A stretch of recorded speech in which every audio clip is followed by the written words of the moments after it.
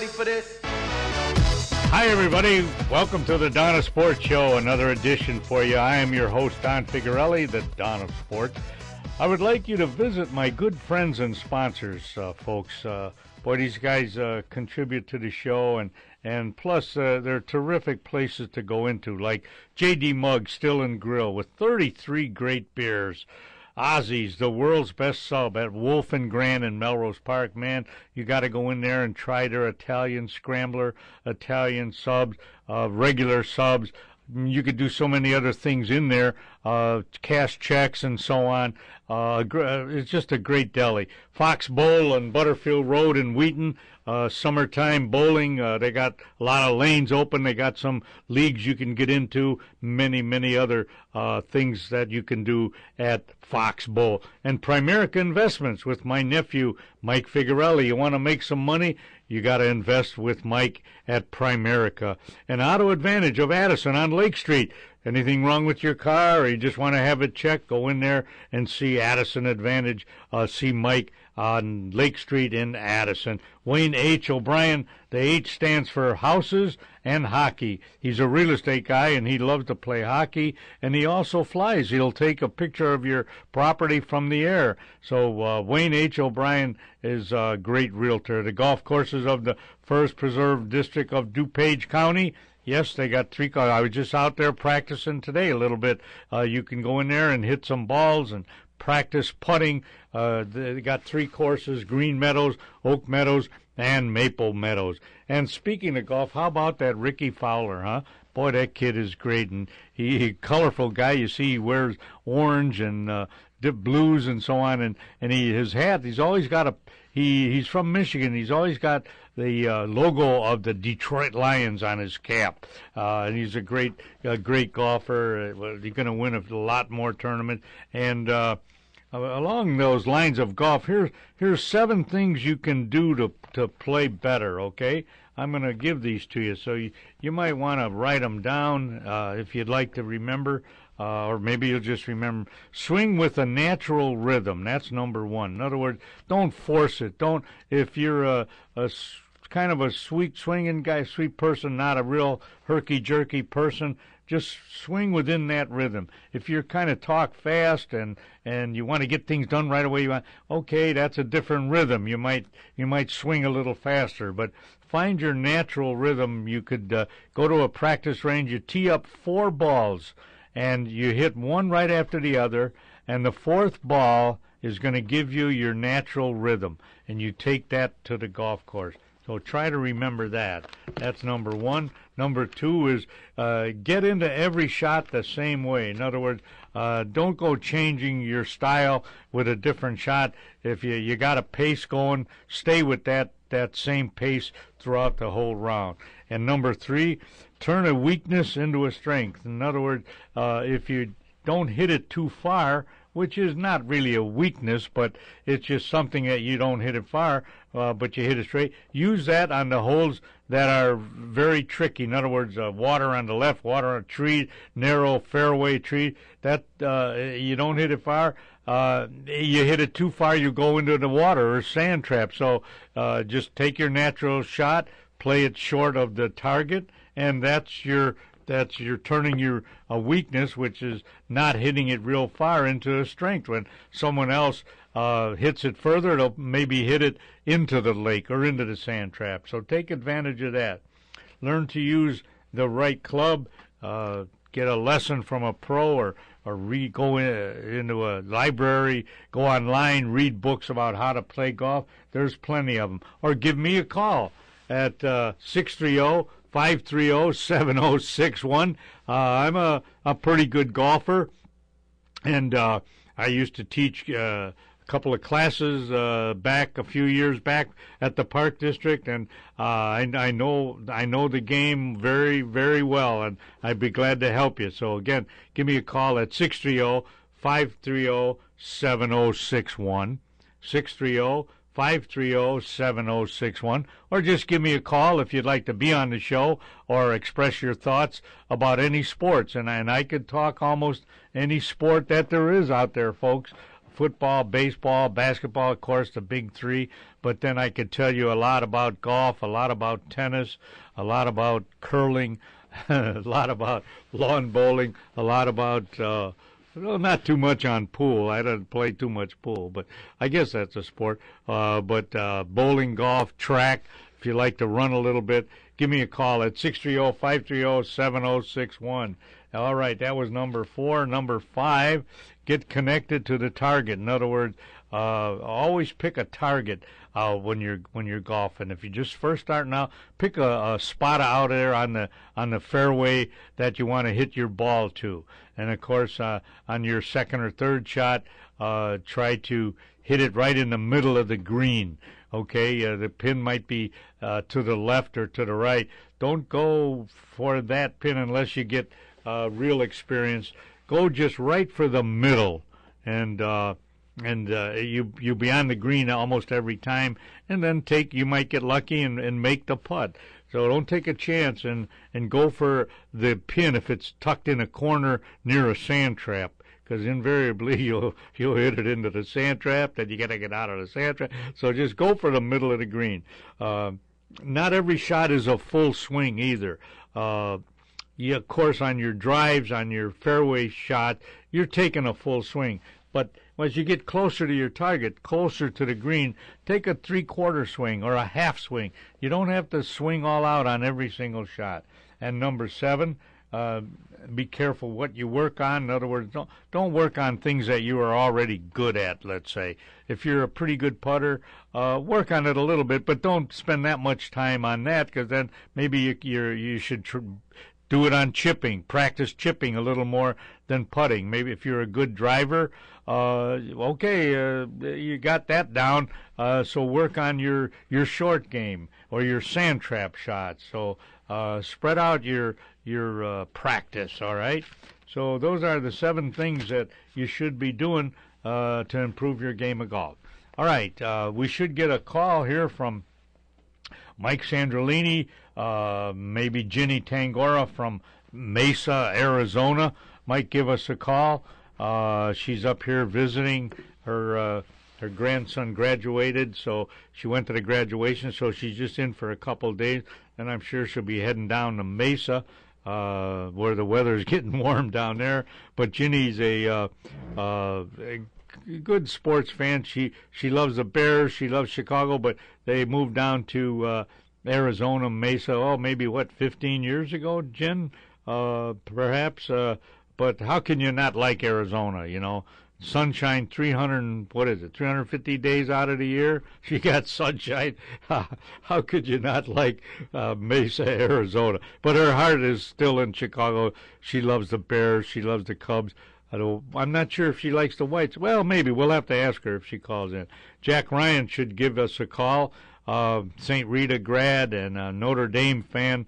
Loves the Irish, which I don't blame him for loving the Notre Dame Fighting Irish. Wayne H. O'Brien on hockey. He's 70 years old and he still plays competitive hockey. Got to give him credit for that. Not many guys can do that, and he's a real estate man. NASCAR Jeff will give us a call maybe. Talk about the Indy 500, and maybe Don Ortal and Associates, a promoter of sports, will give us a call. In the meantime, I'll just blab at you and tell you a little bit about the Cubs and the Sox. How do you like that?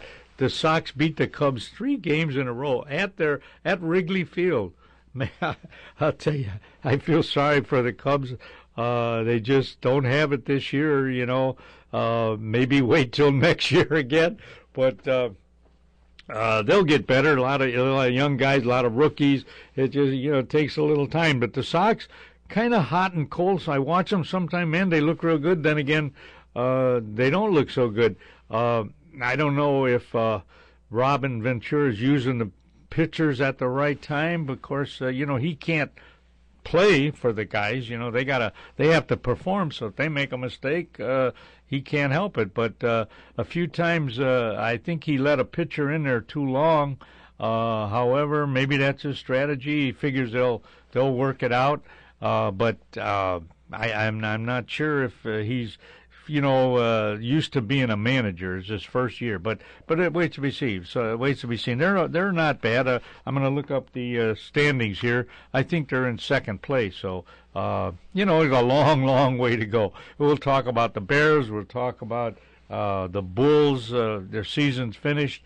Rose got hurt, and what's his name got hurt. Their center got hurt too. But they lost a couple of guys, but they're still not in the league with the elite teams like the Thunder, Oklahoma Thunder, Oklahoma City Thunder. Man, they look good, young team, and San Antonio Spurs, an older team somewhat, but they do have some young guys too mixed in there. So the combination of Duncan and Ginobili, they got some older guys, but they got some good young guys too. So they're going to end up being in the finals, I'm sure. I think they're going to beat Oklahoma. That's who in the West. And out east, it's going to be Miami and the Boston Celtics. So I'm not sure on that one there, but we'll talk a little bit about that a little later on. We'll get a call, hopefully, from not hold on, Johnny. From NASCAR Jeff. Yeah, that's what I'm trying to think of, because the Indy 500's coming up. Boy, I'd love to go to that. I went to it once, and that's something you should go to, folks, if you get a chance, at least once. You got to see the mass of people there. 200, 300,000 people, and they're just packed into those stands, and it's almost it's surreal, really. The stands are high, and they're so packed with people, and there's so many people, and just miles and miles of vendors and cars and people, and it's not really unruly. It's they're a nice crowd. They just love racing, especially with the Indy cars. 190 miles an hour around a turn. Oh, that's going to be fun to watch. My brother Bob is going to it. He goes almost every year. But I went to it once, and that was it. It's a whole day affair. You got to leave early in the morning and get back, whatever, at 9 at night or something. But if you get a chance, go see the Indy 500. All right, Johnny, we got a call coming in. There'll be a call coming in, yes. Okay, we're again, like I say, here at 630-530-7061. You want to give me a call, talk about the Bears, the Bulls, the Cubs, and we'll see what we can dig up for you. The Bears, I don't know. They got Cutler, of course, is healthy again, and their Brandon Marshall, one of their receivers. Maybe they'll have a good combination. Forte should be okay as far as their running game, and Tice wants to have a hurry-up offense, kind of an energetic offense. I hope he's right. I hope they can do it. They got 4 or 5 additions, and maybe the line is still subject, though, but we'll talk about that. We got Jeff. Who's on the line? Jeff. Jeff, NASCAR Jeff? Yep. Oh, okay. Hey, NASCAR Jeff. How's it going there, Don? Oh, I'm doing good, buddy. Hey, the Indy 500's coming up. How close to that have you been? I mean, I know you used to drive. You used to have cars and so on. Were you in Gasoline Alley at one time or another? What's your... Never been to Indianapolis. Looking forward to doing that someday. I did know a couple. I used to live about a mile or two from Walter Payton, Dale Coyne Racing, when I used to live in Naperville. Oh, is that right? Used to be like the end of town. Uh-huh. But I knew a couple of IndyCar racers. I used to race dirt bikes against a kid. His name is Jeff Ward, who doesn't do it anymore. But he ended up racing IndyCar. I know a few people, but I've never been to the race in person. Now, the only place I ever did that was up when I lived in California. There's a racetrack called Willow Springs. Okay. And they used to do a lot of testing out there. But I mean, I was more into the local tracks, the sprint cars. I did the stock cars, but back in those days, it was when you really had a NASCAR was a real stock car and not a hybrid like IndyCar. So. Well, yeah, that's true. can you do? Well, naturally, guys do both, right? They can race Indy cars and they could race stock cars, right?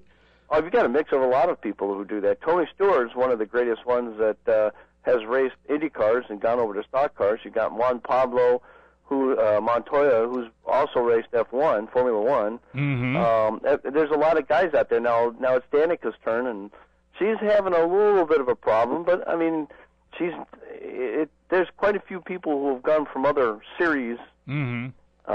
Dirt bikes is another one. There's quite a few people in there. Travis Pastrana is a start this year racing. He's a couple years ago. He was champion for dirt bike racing, Supercross and all that. So, I mean, you're getting a mix of a lot of people. It's just it's difficult because they start you off in Archon, and you go from there to the Nationwide Series, and those cars are far different than the Nextel Cup cars, and that's the transition between the two. That's what gets you. So, a lot of learning how to drive a car. You'd think you'd be able to drive one that looked similar, but they're not. So. Oh, right. Who was the guy a couple of years back, Jeff, that, I think he raced in the Coca-Cola 600 or something like that. Then he went to the airport, got on a plane, drove to, flew to Indianapolis, got off that, and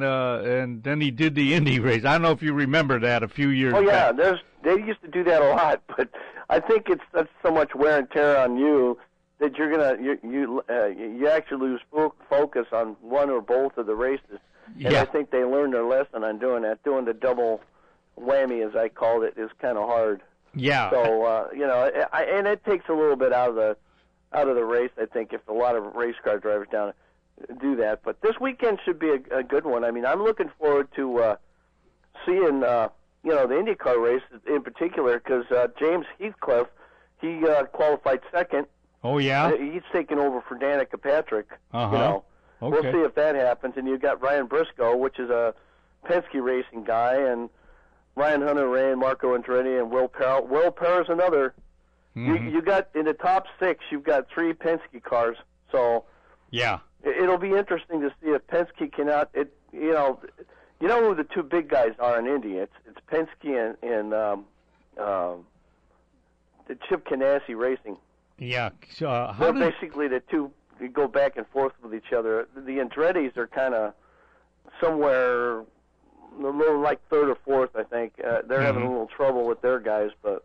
Well, Roger, how did NASCAR 600 miles of grueling, and I look forward to seeing. I think what's going to happen there is Jimmy Johnson's probably going to take that again. Mm-hmm.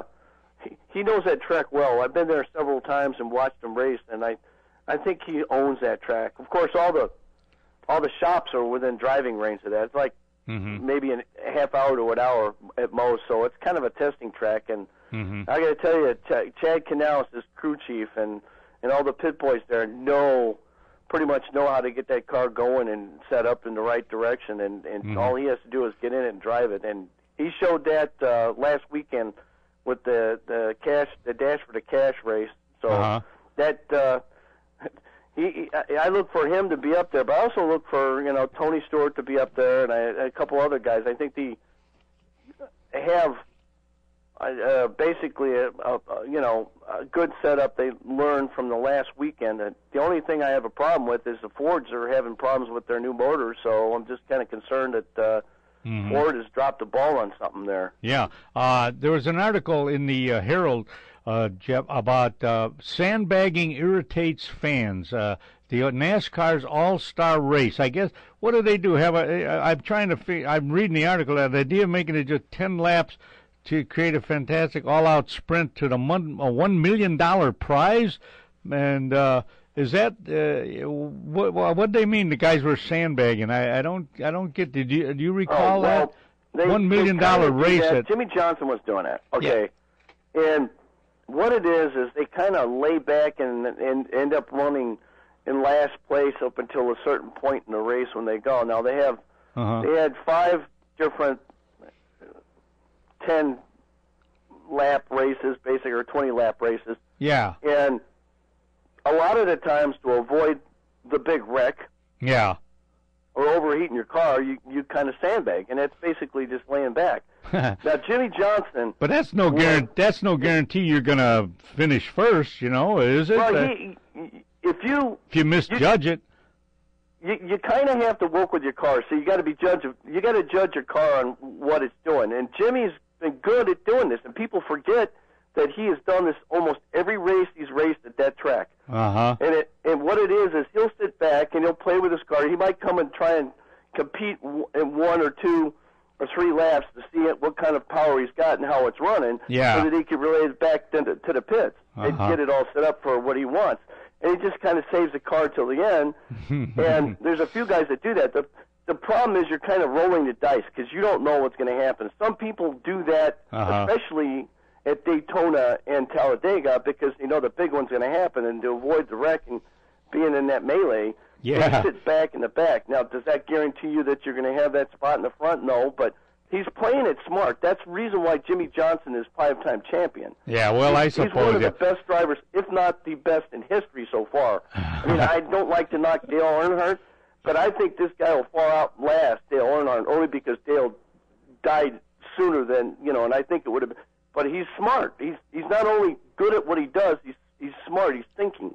Mm-hmm. Yeah, I got a kick out of the article. There's sandbag, but there's sandbagging in almost every sport. I mean, it's just a guy is good, real good, and he's not performing up to what he can do. Like you say, he's just waiting for an opportunity. To put it all out, and doesn't go all out every race. But I don't know. Maybe that's just a strategy. But but it's different in a way than other sports, because in the fact that in most cases, most of the drivers out there have to produce to show, and their sponsors, it's a big payday. The sponsors pay for all that. Well, if they don't show a good showing, it could be the next year that you could be out of a ride. And it's basically their job is on the line. And there's a lot of drivers out there that are good drivers you don't hear about now that don't have rides. That's how it is. Replace people here and there that maybe do 1 or 2 races because of the sponsorship, the lack of it. Well, listen, in professional sports, you get signed contract and it says you're there for 1, 2, 3 years. That doesn't happen in NASCAR. You might be on there for X amount of races, and if you don't produce, there's that option where they could get rid of you for somebody else. Right away. All right, Jeff, give me a prediction. Who do you think, I know it's hard to predict in a way, but the Indy 500, give me the top 3 finishers, let's say. Well, I'll pick Will Power. Okay. I think either it's going to be Will Power or James Heathcliff. And I think in a NASCAR one, it's definitely going to be either Jimmie Johnson or it might even be Dale Jr. I think the Hendrick cars are really strong at this track, and I look for them to be the top dog or competing for it throughout the most race. All right. Jeff, thanks a lot for your report, buddy. Thanks. You guys have a great week, and hope everybody enjoys this racing weekend. All right. Thanks, Jeff. Happy Memorial Day. Thanks. Bye. All right. Thank you. Bye-bye now. NASCAR Jeff, wow, the guy knows a lot about racing. All right, Johnny, we're going to take a fast break, and we'll be right with you, folks. Remember, phone number 630-530-7061. Give me a call if you'd like to talk about any of your favorite sports.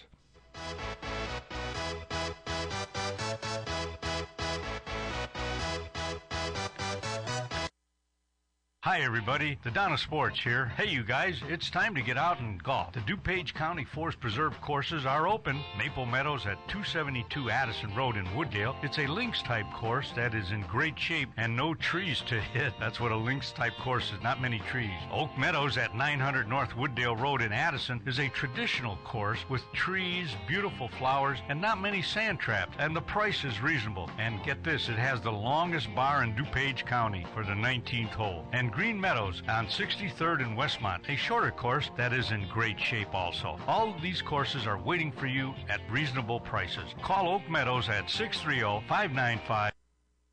Primerica is one of the largest financial services marketing organizations in the nation, with approximately 95,000 licensed independent representatives. Primerica is an industry leader in financial services. I'm Mike Figarelli, an independent representative and senior vice president in the Bensonville area, and the company's goal is to help ordinary families prepare for their financial futures. We've shown many local families how to do just that, and we are prepared to grow locally by providing people with financial solutions as well as a great business opportunity. As an independent representative with Primerica, you can build a business of your own, part-time or full-time. To learn more about the Primerica business opportunity, call me, Mike Figarelli, at 630-860-0033. Again, that's 630-860-0033.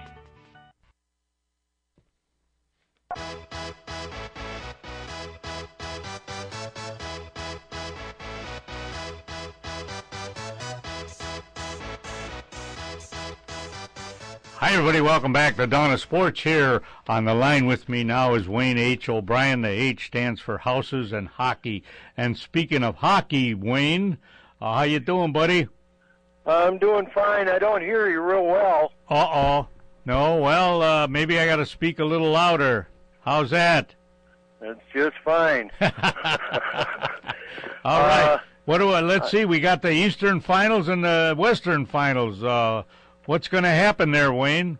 Well, what we have is the L.A. took the conference, took the Western Conference in 5 games. They beat the Coyotes 4-1. Oh, all right. I was kind of pulling for the Coyotes there because I was too. Yeah, they beat the Bulls or the Hawks, and maybe if they'd have got into the finals, the Hawks gave them a pretty good game.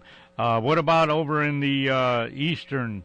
The other, as of last night, they're New York, the Rangers, and the Devils are tied 2 games each. Oh, okay. So they got a few more games there. Yeah, the LA's going to the Super Bowl. Yeah. Or Super Bowl. Yeah. Stanley Cup Finals. Who knocked off your Bruins? With the New Jersey or the Rangers? Who did they lose? No, it wasn't the Rangers. I think it was Devils. Yeah. I think it was the Devils. Uh-huh. But also in sports news, I was watching the old Versus station where all the hockey games are on. Oh yeah, yeah. And I was watching two nights. I watched the Russians play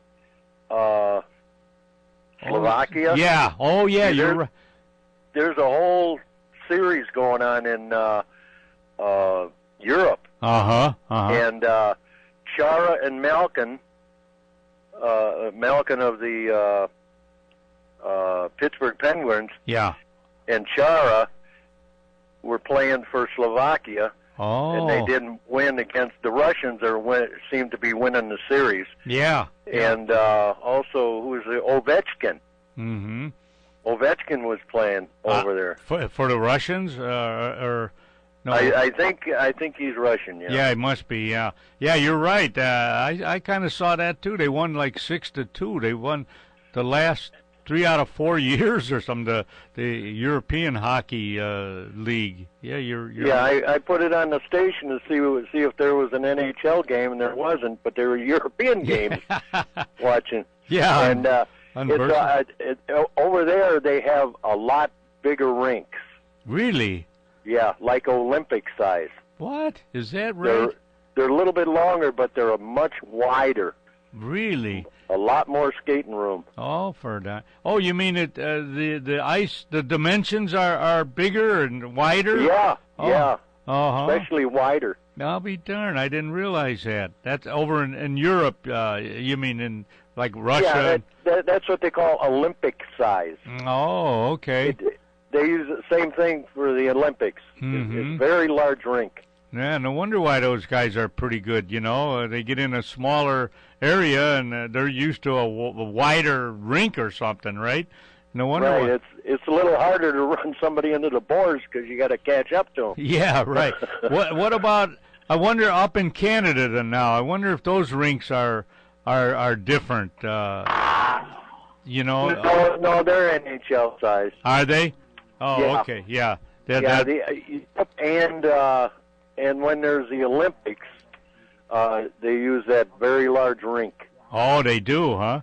Yeah. Oh, okay. Well, the USA usually does pretty good in the Olympics. I mean, on a bigger rink, they're not used to it, but remember they won in '84. When we won the Olympics in hockey. Yeah. So they must have got they got used to it after a few games. But give me a prediction for the Eastern Conference Final between New Jersey and Rangers. Who do you think? Rangers. Rangers? Okay, I'm writing that down. I'll take the Rangers. I'm writing that down, so next time I'm on the air, we'll see if you were right. Wayne picks the Rangers. How about out of the Western between, well, who is... LA's going to the Stanley Cup, so... Oh, they're already in. Yeah, but you figure the Rangers will beat them. Yeah, first they got to beat New Jersey. That's what I thought you was talking about. Well, yeah, but they'll beat New Jersey, right? Like you say. I think they will, and I also think they'll win the Stanley Cup. Yeah, so that's what I mean. Your final is going to be the Rangers holding right. All the way through. All right, Wayne. Thanks for the report, buddy. Okay. Are you playing a little hockey? I know you're playing yourself. How about the grandson? Is he still in leagues, or are they taking off for the summer? Yeah, he just finished the season, which was what about 6 games and then off, and then 6 games and then off, and then 6 games, and he just completed last Sunday. Oh, and he got about 50. I bet he's got at least 50 goals this year, right? No, he's got.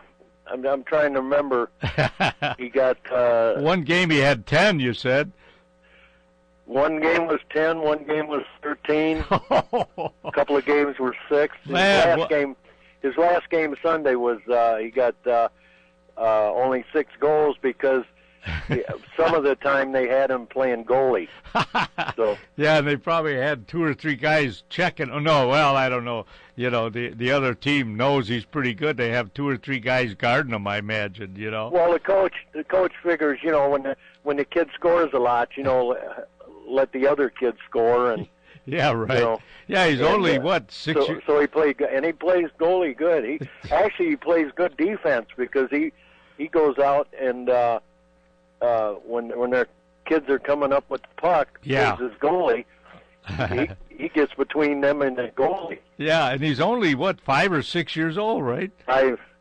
5, yeah, yeah. He's got he's a phenom. You never know, he grows big, gets bigger. He's high school, he's liable to make it to the pros, Right, he does a lot of backhands too. Is that right? 5? Yeah. All right, Wayne. Thanks for the report, buddy. Okay. And we'll get back to you next week, huh? Right. Thanks. All right. Take care. Bye. Wayne H. O'Brien. All right, Johnny. We're going to take a break. We got another caller. All right. Who's on the line? Not yet. Jack will call back. Oh, all right.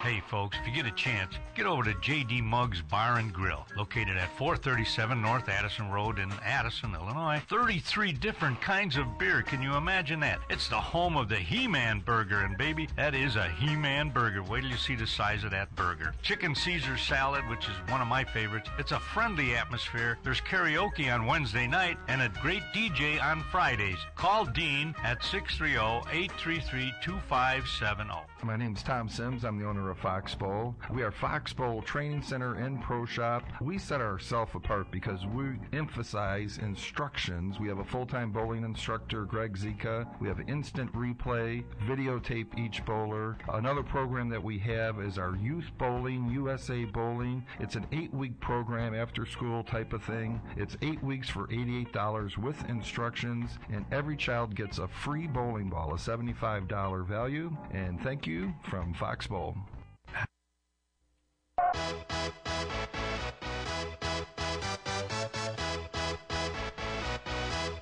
Hi, everybody. Welcome back to Donna Sports here. Had a couple calls come in already from Wayne H. O'Brien. The H stands for Hockey and Houses, a great real estate man. And NASCAR Jeff on racing. And now we got Big Jack Ryan, fighting Irish fan. Hello, Jack. We got you. Hello, Jack. Can you hear me? Yeah. All right. I hardly hear you. Hardly? I don't know why. I got you now. How's that? Is that better? Yeah, a little bit. Uh-huh. Oh, all right. We're a little technical difficulty here. Jack, oh, man. Jack, what? I know, well, we really shouldn't talk about it, but it did happen at the high school baseball game because it was on the news, it was on all the channels, you know. What happened between St. Rita and St. Lawrence there, the high school baseball team? Did you see that? Did you hear about that? As a matter of fact, you got to tell me what happened. Well, I guess in the game, something I didn't, really get to see all of it, and maybe it's in the paper, but I haven't had a chance to read it. Both dugouts emptied and so on, and it must have been a play at first, and one guy started shoving the other guy, and it was just like, they started battling right there on the field, this is just recently. I missed it. Yeah, it was yesterday. Oh. It must have been a playoff game or something, because I didn't think they were in the same division there, St. Lawrence and St. Rita, but those good Catholic boys shouldn't be fighting. Well, shouldn't be, but boys will be boys, and things will happen, right? Yeah. I'm surprised you didn't hear about it. No, I didn't see the local news. I was watching my Fox News. Okay. I guess I should tune in local news at least once a day. Yeah, but I'm sure you'll hear about it, at some point, because the Illinois High School Association heard about it, and they said, well, listen, you guys police the issue there. In other words, some kids will probably have to get suspended, there has to be some kind of disciplinary action. Yeah, right. And the high school, they said, well, just send us a report on it, and then we'll look at that and see if you guys did the right thing. I suppose they, what I mean? They're leaving it up to, like, the coaches. I have to ask, was there a video of it? Yeah, well, I guess so, Jack. Like I say, I saw it on either 9 or 7, one of the channels. And I didn't catch all of it, though. They didn't expound on it that long, but it must have been a play at first or something, and the kids. I wouldn't know. I know all these things will happen, as you know. It can happen. Yeah. Especially now you got young people, but especially when you see the way some of our adults behave at even Little League games or whatever, I think a lot of that can carry over. Well, that's true. Yeah, I'm not making excuses. These will happen. It shouldn't happen, but they do. Yeah. Well, I think in the majors they've really curtailed that somewhat. Remember, what sport is it? You get involved, you can't leave the bench, because if you do, then you really get fined a lot. Like in basketball. Well, you're right. Yeah, you're right. But it will happen nonetheless. Seems to me it was a tradition. It was a tradition every year. The Sox and Yankees used to have a good melee going on Donnybrook. Yeah, right. About once a year at least. So. Yeah, that's right. They'd always start pushing and shoving, and the guy's getting hurt. But Jack, I'm gonna see if you can I'd like to see if you can remember who this player was. All right, you don't mind me putting you on the spot here, do you? Because he kind of looks like you in your younger days there, with a crew cut there and kind of a reddish hair here, all right? I'm going to read this to you. I'm not going to give you his name right away. Well, can you give the sport? Pardon? Well, can you give what sport he's in? Yeah, it's going to be football. Oh, okay. All right, so you might remember who this guy was. At 6'1", 252-pound All-American lineman from the University of Maryland, played on the championship team. Blank possessed quickness and strength. He was one of the first pro players to concentrate on weightlifting program to build him into playing condition. Back 30, 40 years ago, the guys didn't do that weight stuff too much, Jack, and but he did, okay? And he's with the Bears, okay? Blank switched to guard, and for the 8th season, he was a fixture at that position on the Bears, one of the most respected guards in the league. in 1960 when the Bears needed help on their defensive unit. Assistant George Allen decided that Blank, with his size and game intelligence, could help on the defensive tackle. So he played both ways in 1962. And I just was wondering, I think we talked about him, mentioned him, so you should remember who it is. Okay. I'm going to try. I'm going to have a shot at this one. I think he wore number 78. He was one of the first guys to train up at Irving Park Y with, we mentioned the guy who later became their coach, Clyde Emmerich, their strength coach. Oh, that's right. Stan Jones, right? Yeah, Stan Jones. You got it, Jack. Boy, I can't stump you, buddy. Yeah, number 78, Stan. I wonder if Stan, how old? Well, he's got to be in his 70s. Is he still around, Jack, that you know? I think he may have. I may have passed away. I'm wondering. I thought he did. Yeah, he's got to be in his, but that doesn't mean he passed away. But yeah, no. Stan's got to be in his 70s, you know. Oh, yes, at least. No, I would think so. Yeah, but he probably dates back to what? But he started with the Bears. Mm-hmm. Yeah, he 53 national championship tip at Maryland, and then with the Bears. Jonathan's. Yeah, 54 to 65. Yeah, I was going to say he's got to be. Mm-hmm. Mm-hmm. Yeah. Well, if he was like 54, okay, let's just say if he were even 22 or 23 when he came to the pros, huh? Yeah. Right? Yeah. Right. So that puts him back to what, 1932 maybe, 31. Yeah. So figure it from there. That's right. That's right. Hey, how was your show? By the way, folks listening, Jack moderates. He's the moderator of the guys on, what do you call them again? What are you? Meet the Chicago Historians. Oh, that's right. Meet the Chicago Historians. Wow, what a group that is. Those guys, it's hard to stump any one of those guys, you know. But I asked you about, and then you guys came up with it, the World's Fair. No, what was it called? The World's Fair back in '33 or Chicago? Yeah, it was World's Fair. It was subtitled "The Century of Progress." Oh, that's right. Yeah, Century of Progress. And one thing that stands out for me, I don't remember it. I wasn't even born then. But there was a family from Franklin Park, Jack. It was called a Latoria family. And they were there. They were featured. They had 22 children. Yeah, close to a. What was their name? Latoria. Latoria. A good Catholic family. Huh? Oh yeah. 22 children, and a lot of them are still around, but a lot of them have passed too. You know. And that's something, yeah. I play golf with John, one of the sons, John Latoria, and they were featured at that Century of Progress there. And what did you say it was near the lakefront there? Well, it was from like where McCormick Place is. Mm-hmm. It went to right where we called Northerly Island, but what was Meigs before it was destroyed. Oh, really? Ravaged there. Uh-huh. That was part of it. Yeah. And I wonder if there's any buildings left, or you know how they'll build a building and maybe move it or have it on display. They were saying, I know when you called, I thought when you called that you were, because you had everything going on there. I'm sorry, I apologize. Mm-hmm.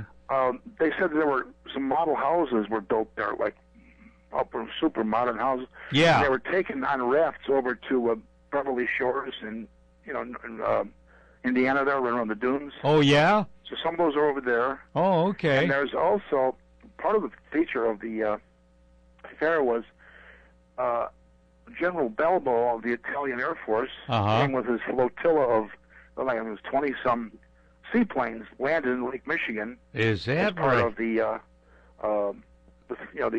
ceremonies? It was a big thing, of course. Aviators in those days, right, were the superheroes of the day. Oh, sure. And there's a post still in Grant Park. It almost looks like one of those columns from an old Roman building. Oh yeah. And it commemorates General Balbo's bringing the air fleet here to the fair.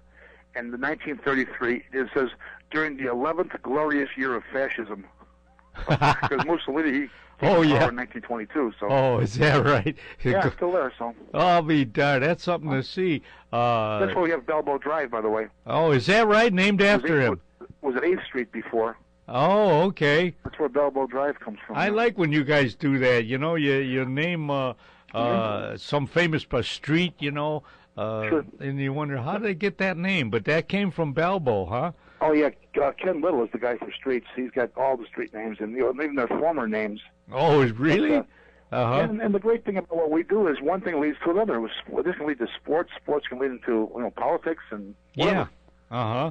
I know. That's a great show. And they can get it on Windy City hometown.com, right? WW, right, Johnny? All right, folks. And you want to give me a call at 630-530-7061. Well, let's switch gears here a little bit, Johnny. Your White Sox beat the Cubs. Did you believe it, right? 3 games. Did you think that? Were you surprised at that? No, not unless I was having a nightmare. Well, I didn't think they. Luckily, it always counts no different than any other loss, but it's just like, oh, great, we got that first run, first home run, first inning, great, Yeah. And then what happened after that? So.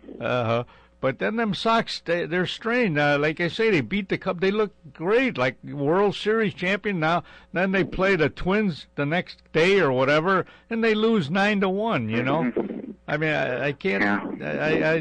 They're pitching. Well, it can't happen anywhere. We know that. Just like. Yeah.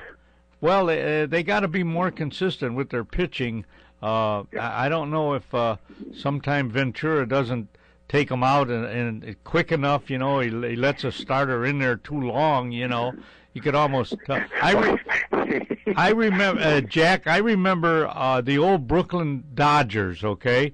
And Walter Alston was the manager. Mm-hmm. Right? And you'd watch the Dodgers, they come into town, they're playing the Cubs, right? The minute the starter had maybe 1 or 2 runs let in, man, Alston was out there, and he never let him hardly go by, getting 2 or 3 runs off of the guy, and he'd get him out of there right away. But I guess nowadays, well, you don't want to hurt his feelings or something, right? They let him in there. The guy scored 6-7 runs on but. In some cases, the starter just hasn't got it. I can remember like Al Lopez yanking pitchers in the first inning when he could see they didn't have it. So yeah, that's what I mean. But you don't see that too much anymore, Jack. I don't know why. I don't know what the philosophy is. I know he came back and had a 1-2-3 inning right after that. Mm-hmm. Mm-hmm. Well, but I mean, we're all different. We all have different high peaks and levels. We talk about that biorhythm, like your own body, with the psychological, physical, and other. Yeah. And if you're the low, you're more prone to get injuries.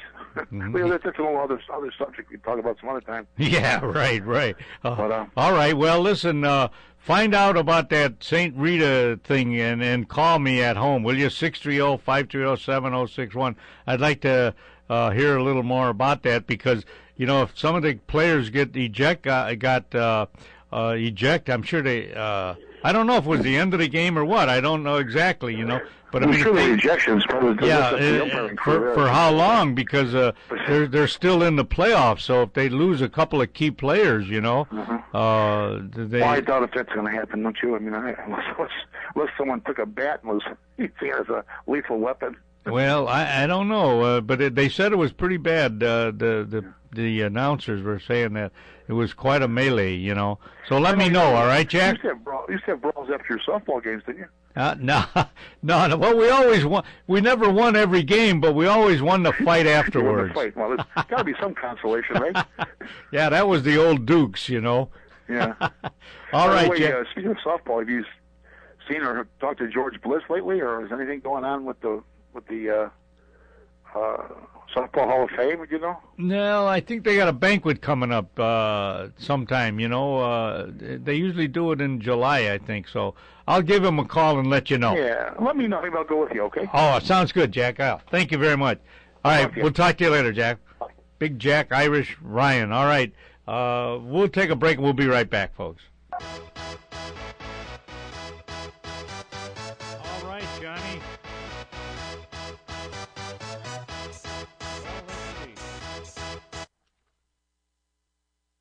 Hi, everybody. This is Don Figuerelli of Don of Sports, talking about Wayne Houses O'Brien. For all your real estate needs, call Wayne Houses O'Brien. Yes, the H stands for houses. At 630-235-5880, or visit his website at flyingrealtor@yahoo.com. That's right. He's a pilot. He'll take a picture of your home from the sky. Whether you're buying or selling, call Wayne at 630-235-5880. He has residential, commercial, and investment properties. He is honest, hardworking, and friendly. Those are all the traits you want in a realtor. He loves hockey and he loves to fly. Again, call Wayne Houses O'Brien at 630-235-5880 or visit him on his website at flyingrealtor@yahoo.com. Hi, everybody. I'm here with Ralph Venturini from Ozzy's, the world's best subs, at Wolf and Grand in Melrose Park. Hi, Ralph. Ralph, tell the folks a little bit about the history of Ozzy's. Well, I'll tell you what.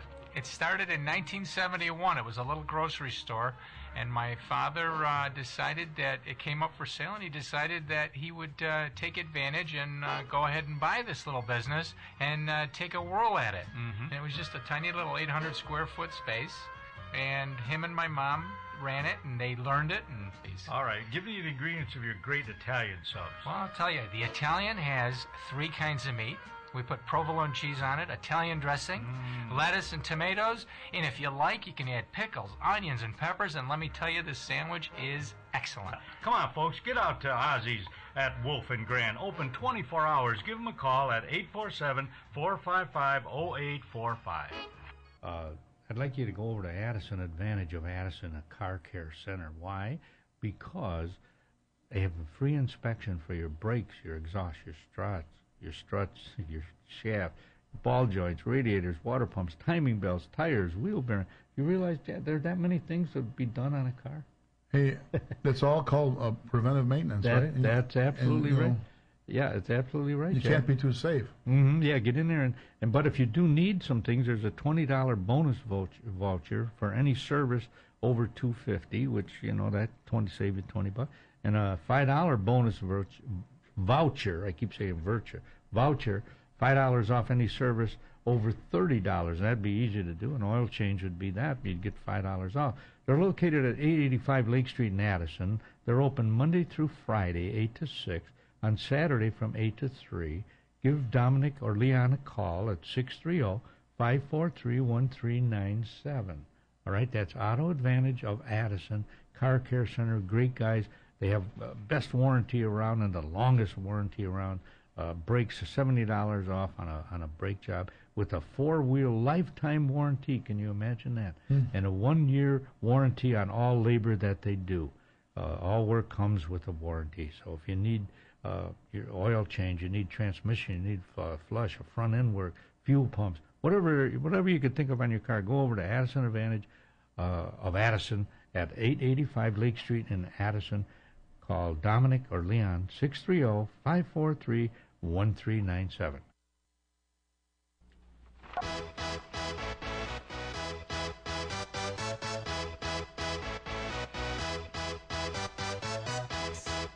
Hi, everybody. Welcome back to Donna Sports here, talking about all kinds of sports, different golf, bowling, not so much bowling anymore. We finished the season, and, we won the bowling championship. Man, that was quite a thrill. 17 teams. The Donna Sports came in first place. Boy, that hasn't happened for a while, but very, very exciting. I don't care what sport you're in, if it's tiddlywinks and you win a championship. That's quite a feat, and you should be proud of anything if you win a championship in any sport. All right, on the line with me now is Mike Sandrolini. Hello, Mike. Yeah, Don. Yeah, how are you? Can you hear me okay? It's a little bit not broken up, but it's a little. I can really. The volume needs to come up on it, but I can hear you okay. All right. Well, I'll let you do most of the talking. Okay. All right. Cubs Sox. Hey, your Sox.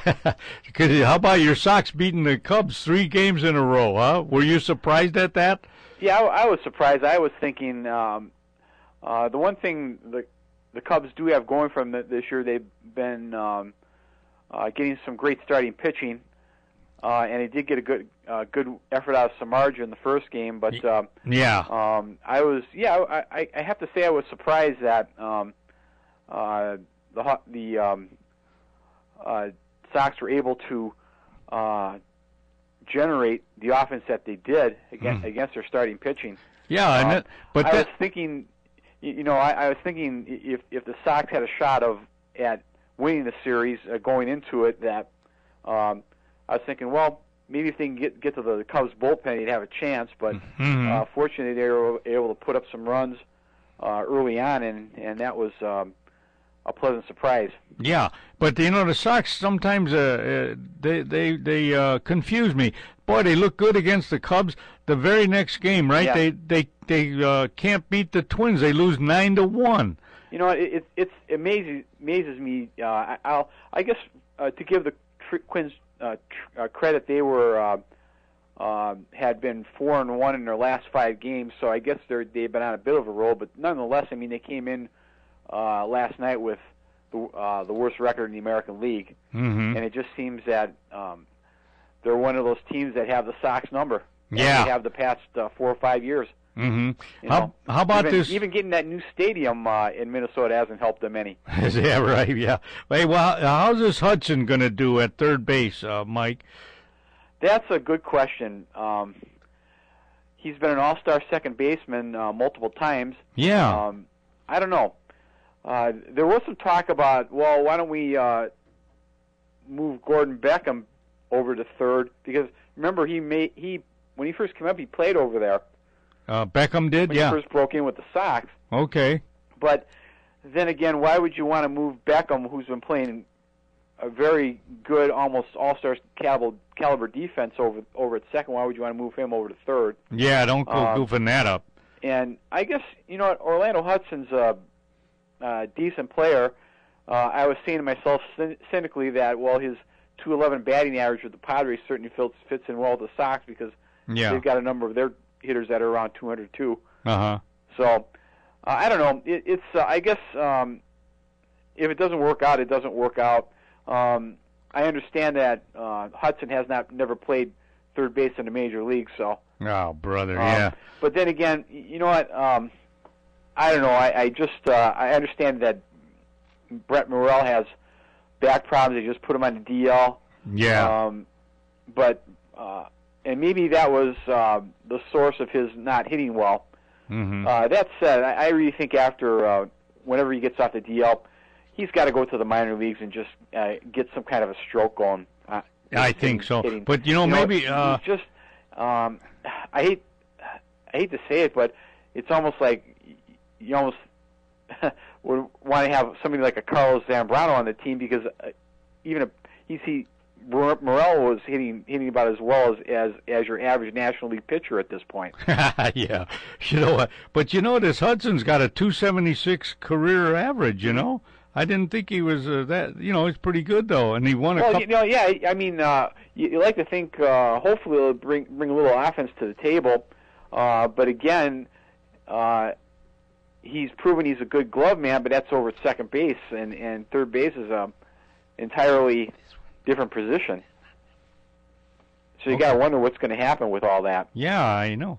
Hey, Mike, wait, let's switch gears here a little bit. I'm not going to put you on the spot. I don't mean to do that. But last night I was trying to think of the starting lineup for when the White Sox won the World Series, And help me out on this now, if you can remember, too. Now, let me see how many I can name off here. I believe that Scott Pacetic was leading off.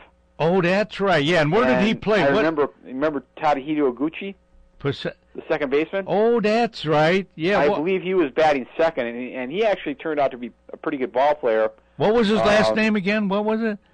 He turned out to be a pretty good player for them that year. Yeah, Hideki. He handled the bat very well, and I want to say that Jermaine Dye was their number 3 hitter. All right, yeah, okay. And, I remember. Konerko, I believe, was batting fourth. They also had Carl Everett, if you might remember. Oh, he was their designated hitter.